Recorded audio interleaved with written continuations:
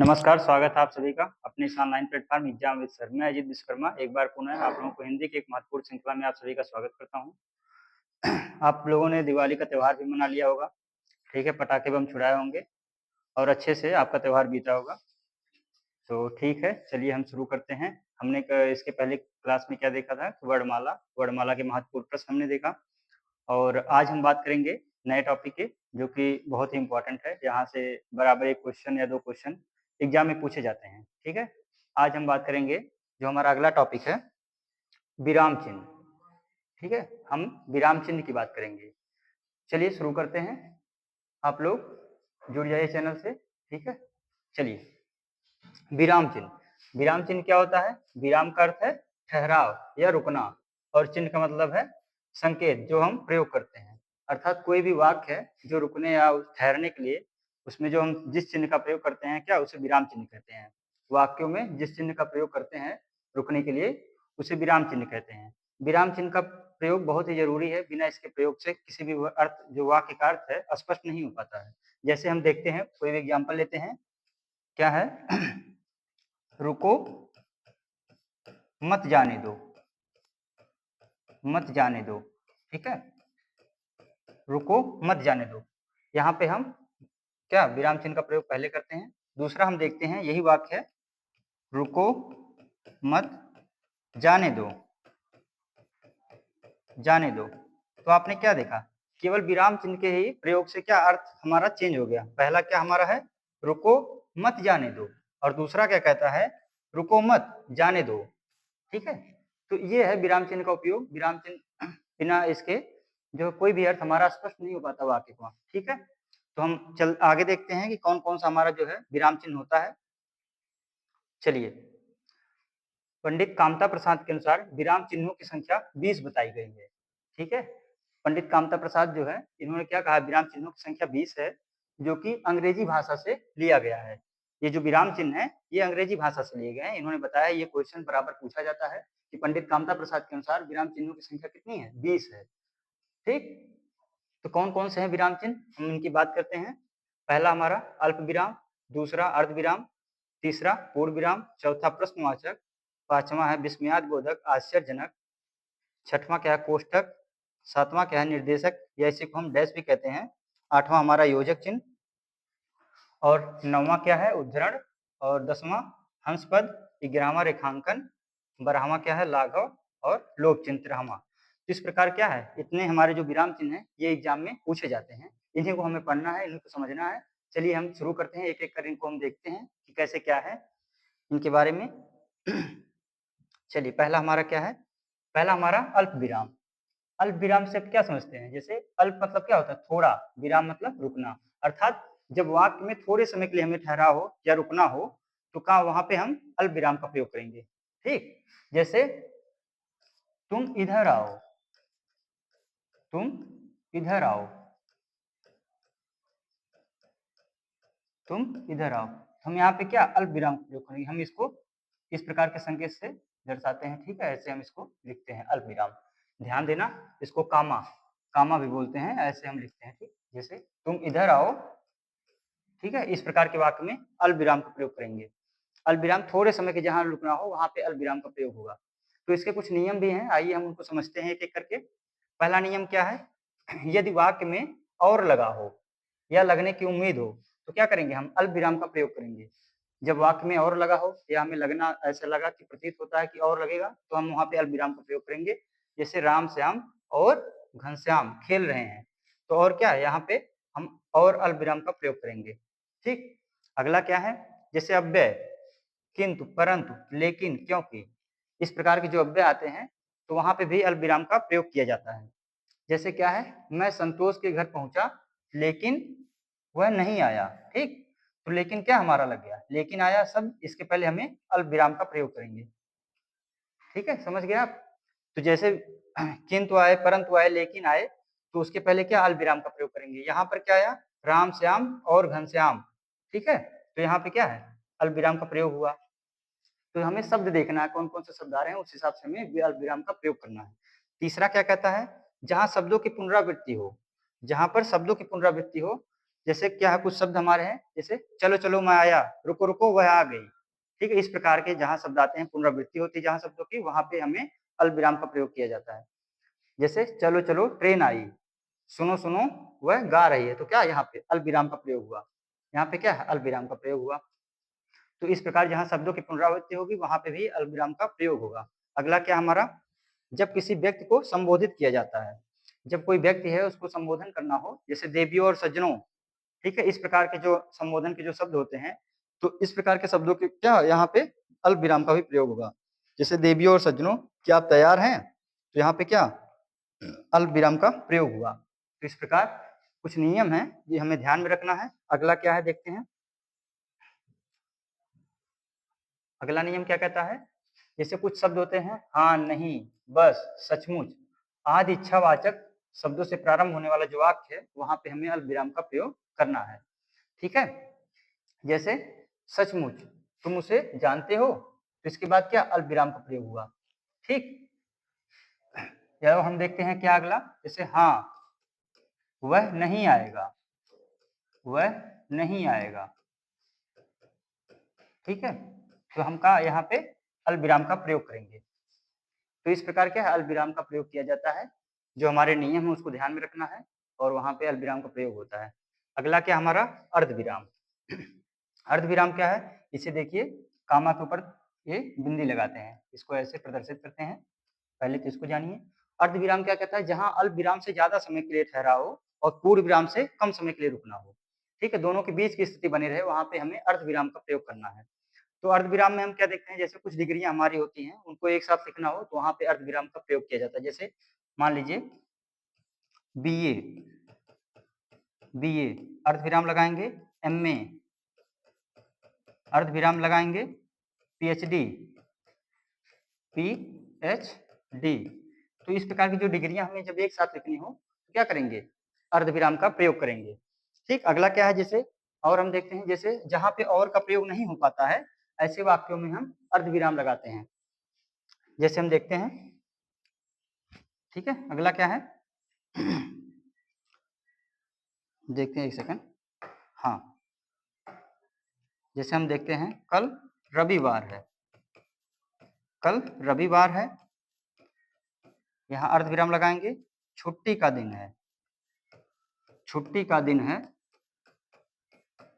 छुट्टी का दिन है, घूमने चलेंगे। ठीक है, घूमने चलेंगे। तो इस प्रकार क्या है, वाक्य में हमें अर्धविराम का प्रयोग हुआ। ठीक है, यहाँ पे अर्धविराम, यहाँ भी अर्धविराम, कई डिग्रियों को एक साथ लिखना है तो यहाँ पे अर्धविराम का प्रयोग होगा। तो आप समझ गए होंगे, जहाँ पे हमें अल्पविराम से ज्यादा समय और पूर्ण विराम से कम समय के लिए रुकना हो, वहां पे हम अर्धविराम का प्रयोग करेंगे। चलिए, इतनी बात समझ गए होंगे, आगे चलते हैं। अगला हम कौन सा देखते हैं, ठीक है, पूर्ण विराम। पूर्ण विराम क्या कहता है, पूर्ण विराम का अर्थ है ठहराव। ठीक है, इसको हम ऐसे प्रदर्शित करते हैं एक पाई के माध्यम से। ठीक, चलिए, पूर्ण विराम कैसे, जैसे हम देखते हैं जहां पे वाक्य में क्या है, बिल्कुल खत्म हो जाता है, जब वाक्य समाप्त होता है या वाक्य में एकदम ठहराव आ जाता है, तो वहां पे पूर्ण विराम का प्रयोग होता है। जैसे जैसे क्या है, मोहन स्कूल से घर वापस आ गया, वापस आ गया, पूर्ण विराम। ठीक है, तो यहाँ पे क्या, वाक्य हमारा पूरी तरह क्या हो गया, समाप्त हो गया, वाक्य में ठहराव आ गया। तो क्या हुआ हमारा, मोहन स्कूल से घर वापस आ गया, पूर्ण विराम। यहाँ पे हम क्या, पूर्ण विराम का प्रयोग करेंगे। तो जहाँ पे वाक्य समाप्त होता है, वाक्य में ठहराव आ जाए, वहां पे हम पूर्ण विराम का प्रयोग करेंगे। ठीक है, और अगला क्या है, प्रश्नवाचक। प्रश्नवाचक आप समझते हो, जैसे जो प्रश्नवाचक वाक्य जहाँ पे आते हैं, वहां पे हम प्रश्नवाचक चिन्हों का प्रयोग करते हैं। जैसे देखते हैं, क्या तुम तैयार हो, तुम तैयार हो, क्या है, क्या तुम तैयार हो। ठीक है, इस प्रकार के वाक्य में क्या, प्रश्नवाचक चिन्ह का प्रयोग हुआ। ठीक, यहाँ पे प्रश्नवाचक चिन्ह लगाएंगे।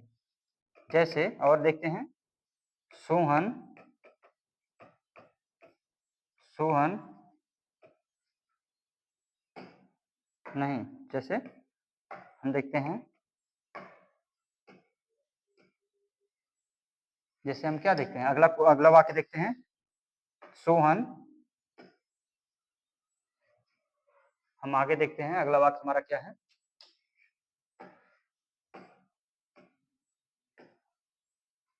सोहन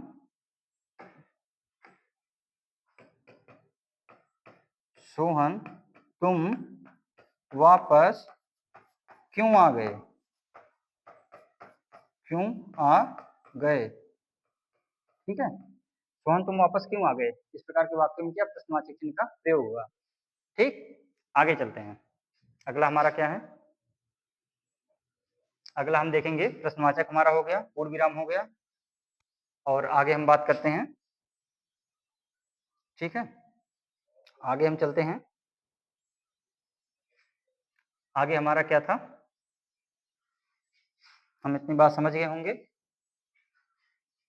चलिए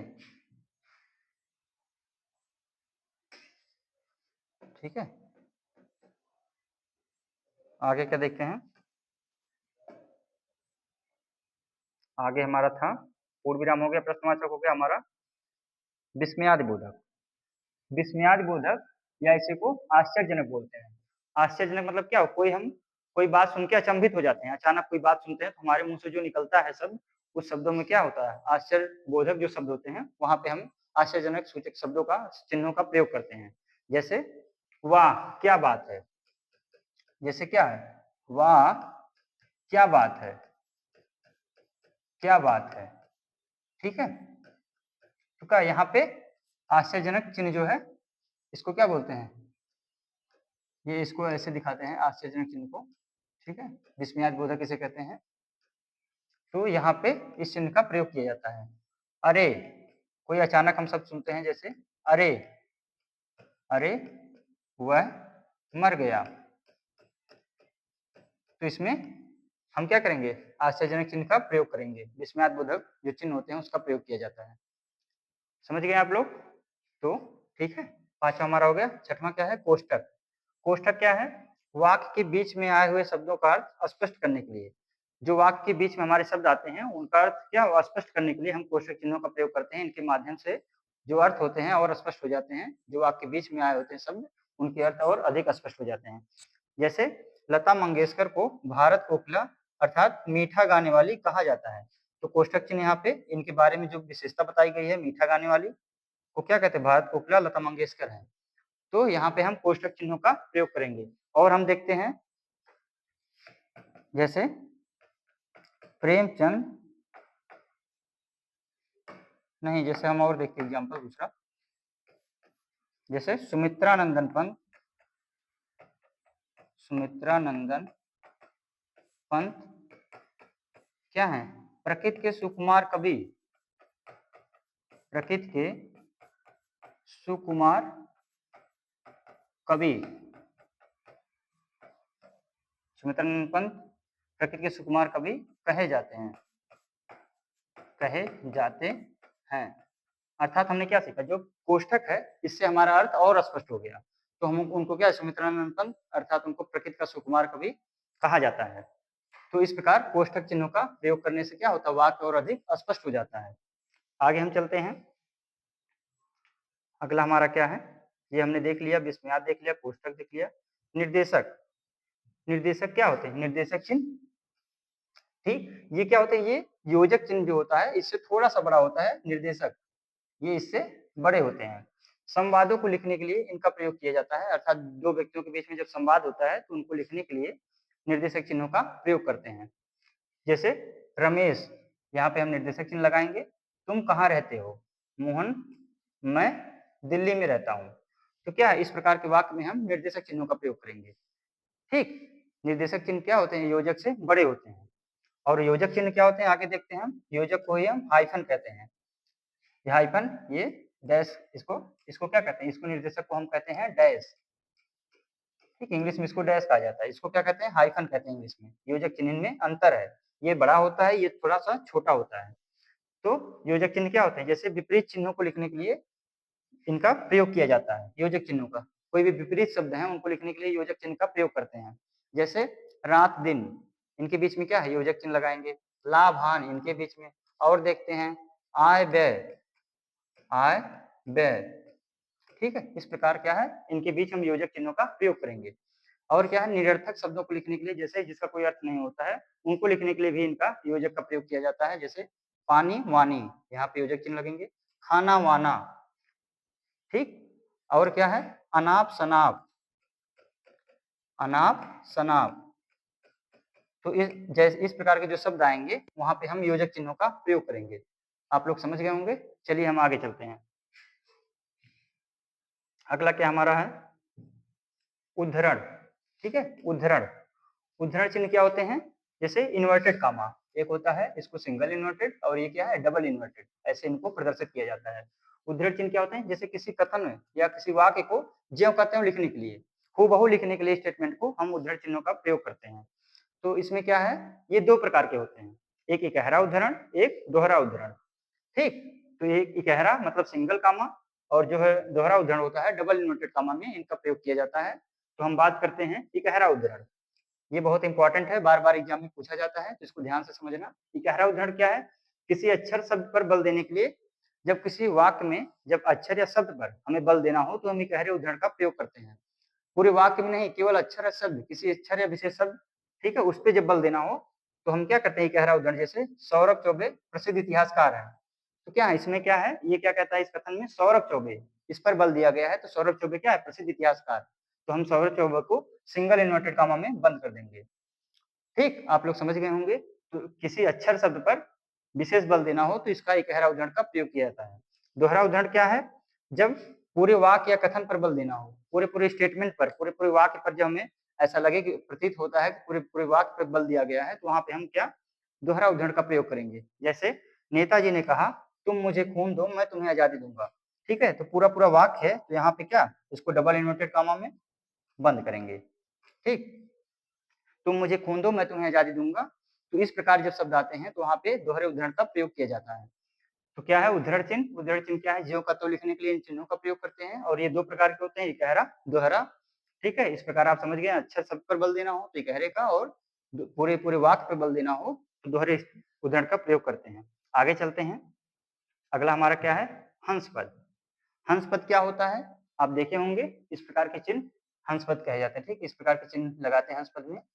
हंस पद क्या होता है, जब कोई वाक्य है, जब हम वाक्य में कोई शब्द छूट जाते हैं, लिखते समय कोई शब्द भूल जाते हैं, तो वहां पे हंस पद लगाकर उस शब्द को हम पूरा करते हैं। जैसे जैसे मोहन, मोहन इलाहाबाद से,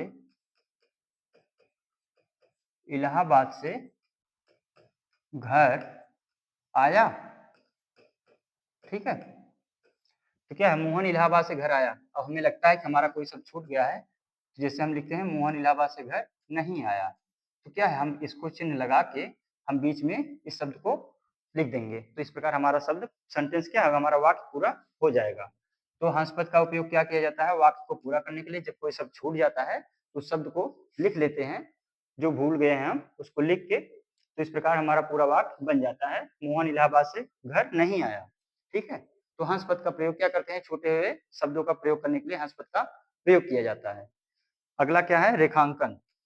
रेखांकन हमारा क्या है, इसी को हम अंडरलाइन कहते हैं। अंडरलाइन क्या है, जब किसी वाक्य में किसी शब्द पर हमें रेखांकित करना हो, किसी शब्द को हाईलाइट करना हो, उसको दिखाना हो, ठीक है, तो उस प्रकार के वाक्य में हम क्या रेखांकन प्रयोग करेंगे।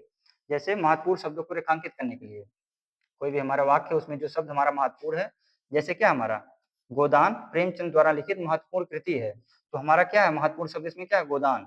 तो हम यहाँ पे अंडरलाइन का प्रयोग करेंगे, मतलब रेखांकन लिखेंगे, गोदान प्रेमचंद द्वारा लिखित महत्वपूर्ण कृति है, ये हमारा वाक्य पूरा हो गया। तो इस प्रकार हम जो है क्या करेंगे, इस प्रकार हम रेखांकन का प्रयोग करते हैं। जो महत्वपूर्ण शब्द होते हैं वाक्य में उनको लिखने के लिए, उनको दर्शाने के लिए रेखांकन का प्रयोग किया जाता है। आप समझ गए होंगे इतनी बात। आगे चलते हैं। अगला हमारा क्या है, लाघव। अगला हमारा क्या है, लाघव। लाघव यानी क्या, संक्षेप सूचक कहते हैं इसे हम। संक्षेप सूचक मतलब जब कोई भी हमें वाक्य हमारा शब्द हो कोई, तो उसको हमें शॉर्ट में लिखने के लिए लाघव का प्रयोग करना होगा। जैसे हमारा क्या है, हम समझाते हैं आपको, देखिए जैसे उत्तर प्रदेश, उत्तर प्रदेश, ठीक है।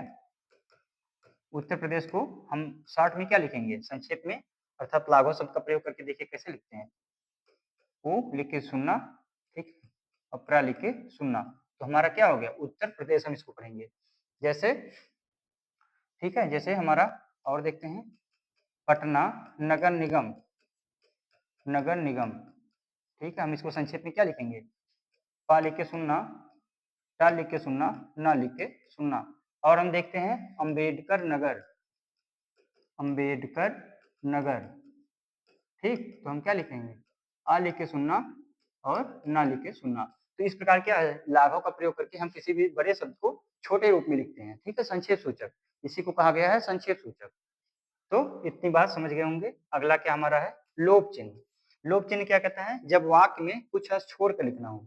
ठीक है, जब वाक्य लिखते समय हमें कोई बात हो उसको छोड़ के लिखना हो, कुछ अंश को, ठीक है, तो वहां पे हम क्या प्रयोग करेंगे? हम प्रयोग करेंगे लोप चिन्ह का। लोप चिन्ह को कैसे दिखाते हैं? जैसे ऐसे ऐसे हम डैश देके लिखते हैं लोप चिन्ह। ठीक, तो जब कुछ अंश छोड़ जाता है किसी वाक्य में, कुछ अंश छूट जाता है, तो वहां पे क्या लोप चिन्हों का प्रयोग किया जाता है। जैसे गांधी जी ने कहा परीक्षा की घड़ी आ गई है, हम करेंगे या मरेंगे। तो यहाँ पे क्या है? हम करेंगे या मरेंगे पहले लोप चिन्ह का प्रयोग किया गया। ठीक, तो इस प्रकार क्या है, जब कोई अंश छूट जाता है तो वहां पे लोप चिन्ह का प्रयोग करके हम वाक्य को पूरा करते हैं। ठीक, इतनी बात आप लोग समझ गए होंगे। तो आगे देखते हैं इसमें कुछ है, बचा है कि नहीं? नहीं, चलिए ठीक है। तो हमारा ये क्या है, ये इस प्रकार जो हमने चिन्ह समझा पूरा, ये हमारा समाप्त हो गया है। चलिए एक बार फिर से हम देख लेते हैं। विराम चिन्ह क्या है? जैसे कोई भी वाक्य आता है, जब हमें रुकना या ठहराव प्रदर्शित हो वाक्य में, तो वहाँ पे विराम चिन्ह लिखते हैं। जैसे रुको मत, आप देख रहे हैं रुको मत जाने दो, तो क्या होता है, इनका प्रयोग बिना किए अर्थ अनर्थ हो जाता है। ठीक है, बिना इसके प्रयोग के हम किसी अर्थ को निकाल नहीं पाएंगे वाक्य से। विराम चिन्ह क्या क्या होते हैं हमने बात किया। पंडित कामता के अनुसार विराम चिन्हों की संख्या 20 है, जो अंग्रेजी भाषा से लिया गया है। ठीक है, इस प्रकार ये सारे हमारे विराम चिन्ह हैं। और आगे क्या है? अल्पविराम हमने देखा, जब किसी वाक्य में थोड़ी समय के लिए ठहरना हो तो अल्पविराम का प्रयोग करेंगे। इनसे संबंधित नियम जो थे हमने देखा एक एक करके। वाक्य में और लगा हो या लगने की उम्मीद हो तो वहां पे अल्पविराम का प्रयोग करेंगे। यदि कोई अव्यय हो, किंतु, परंतु, लेकिन, तो वहां पे क्या, उसके पहले हम विराम चिन्ह का प्रयोग करेंगे। जब शब्दों की पुनरावृत्ति वाक्य में हो, जैसे चलो चलो, रुको रुको, सुनो सुनो, तो क्या है, वहां पे अल्पविराम का प्रयोग होगा। जब किसी व्यक्ति को संबोधित किया जाता है, जैसे देवियों और सज्जनों, क्या आप तैयार हैं, तो इस प्रकार के वाक्य में हम विराम चिन्हों का, अल्पविराम का प्रयोग करेंगे। अगला हमारा क्या है? जैसे हाँ, नहीं, बस, सचमुच, इस प्रकार अगर इच्छावाचक शब्द आते हैं तो वहां पे अल्पविराम का प्रयोग होगा। ठीक, इसके पहले क्या अल्पविराम लगाएंगे। सचमुच तुम उसे जानते हो, तो इसके पहले क्या, तुम के पहले अल्पविराम लगाएंगे। अर्धविराम हमने देखा, जहां पे अल्पविराम से ज्यादा और पूर्ण विराम से कम समय के लिए रुकना हो तो वहां पे अर्धविराम का प्रयोग करेंगे। जैसे जब 2 या 3 डिग्रियां एक साथ लिखनी हो तो इनके बीच में अर्धविराम लगाएंगे। और जब वाक्य में और नहीं लग पाया तो वहां पे क्या अर्धविराम लगाएंगे। जब और नहीं लगता है तो वहां पे अर्धविराम लगाते हैं। ठीक, आगे चलते हैं। इसके बाद हमने अर्धविराम फिर पूर्ण विराम देखा। जब वाक्य वहां पे पूरा समाप्त हो जाता है, ठहराव हो जाता है, तो वहां पे पूर्ण विराम लगाते हैं। प्रश्नवाचक आप जानते हैं, जब प्रश्नवाचक जो प्रश्नबोधक शब्द आते हैं वहां पे हम इनको प्रयोग करते हैं। अगला क्या हमारा? विस्मयादि या आश्चर्यजनक। जैसे हमें कोई अचानक कोई बात हमने सुनी तो हमारे मुंह से जो शब्द निकलते हैं उसके बाद हम क्या इसका प्रयोग करते हैं। ठीक है, और अगला क्या है? अगला हमारा कोष्ठक है। कोष्ठक हमने देखा क्या है, जब वाक्य के बीच में कोई अर्थ अधिक स्पष्ट करना हो तो कोष्ठक का प्रयोग किया जाता है। जैसे हमने देखा लता मंगेशकर को भारत कोकिला अर्थात मीठा गाने वाली कहा जाता है। और हम एक एग्जाम्पल देखें, सुमित्रानंद पंत प्रकृति के सुकुमार कवि कहे जाते हैं। ठीक, इस प्रकार है। और आगे हम क्या देखें? कोष्ठक हमने देख लिया, निर्देशक चिन्ह हमने देख लिया, इसको डैश कहते हैं, ये योजक से बड़ा होता है। ठीक है, संवादों को लिखने के लिए इनका प्रयोग किया जाता है। और योजक चिन्ह होता है, इसको हाइफन कहते हैं इंग्लिश में। ठीक है, इसको हाइफन कहा जाता है। इसमें क्या है, विपरीत चिन्हों को लिखने के लिए और निरर्थक शब्दों को लिखने के लिए इनका प्रयोग किया जाता है। ठीक है, और हमने क्या देखा? उद्धरण चिन्ह देखा। उद्धरण क्या है, जब वाक्य को हूबहू कहना हो, ज्यों का त्यों लिखना हो। और ये 2 प्रकार के होते हैं, इकहरा और दोहरा उद्धरण। ठीक, जब किसी अक्षर शब्द पर बल देना हो तो इकहरे उद्धरण का प्रयोग करेंगे, और जब पूरे स्टेटमेंट वाक्य पे बल देना हो तो दोहरे उद्धरण का प्रयोग किया जाता है। ये बहुत इंपॉर्टेंट है, परीक्षा में बार बार पूछे जाते हैं। ठीक है, उद्धरण चिन्ह आप ध्यान रखना। और अगला क्या था हमारा? हंस पद है। जब वाक्य में कोई शब्द छूट जाता है तो वहां पे हंस पद लगा के वाक्य को पूरा किया जाता है।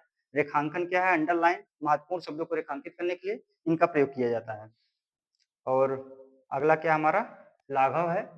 ठीक है, लाघव मतलब संक्षेप सूचक। जब बड़े शब्द को हम छोटे से रूप में लिखते हैं तो लाघव चिन्ह लगाते हैं वहां पे। लोप चिन्ह क्या है? वाक्य में जब कुछ अंश छूट जाता है तो लोप चिन्ह का प्रयोग करते हैं। तो इस प्रकार हमारे विराम चिन्हों की जो है संख्या समाप्त हुई। ठीक है, और हमने देख लिया टोटल विराम चिन्हों को हमने समझा आसानी से। और आपको नहीं समझ में आया तो क्लास एक बार नहीं 2 बार देखिए, ठीक है? और आपको ज़रूर समझ में आएगा विराम चिन्ह, ठीक है? चलिए हम मिलते हैं अगले टॉपिक पे, ठीक है? तब तक के लिए धन्यवाद। Okay, thank you.